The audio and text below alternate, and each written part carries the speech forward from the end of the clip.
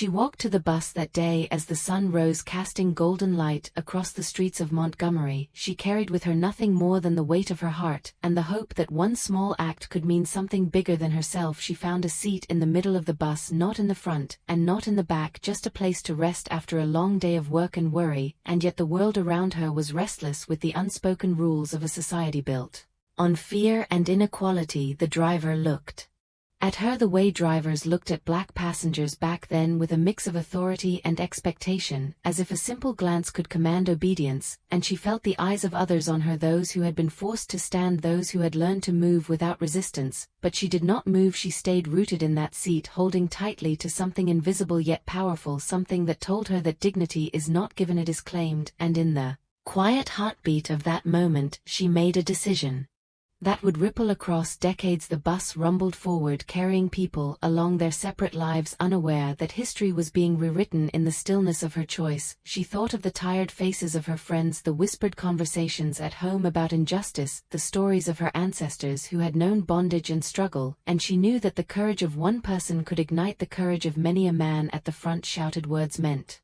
to intimidate, and she looked up, meeting eyes that were used to seeing submission, and yet there was no fear in her gaze, only resolve. She could feel the weight of the law pressing down, but there was something stronger pressing up from within, a conviction that to move for no reason is to surrender the very essence of self. She remembered the marches, the protests, the quiet meetings in churches where the voices of women and men had begun to rise in harmony for freedom, for equality, and she realized that this moment was not hers alone, it belonged to Jenny.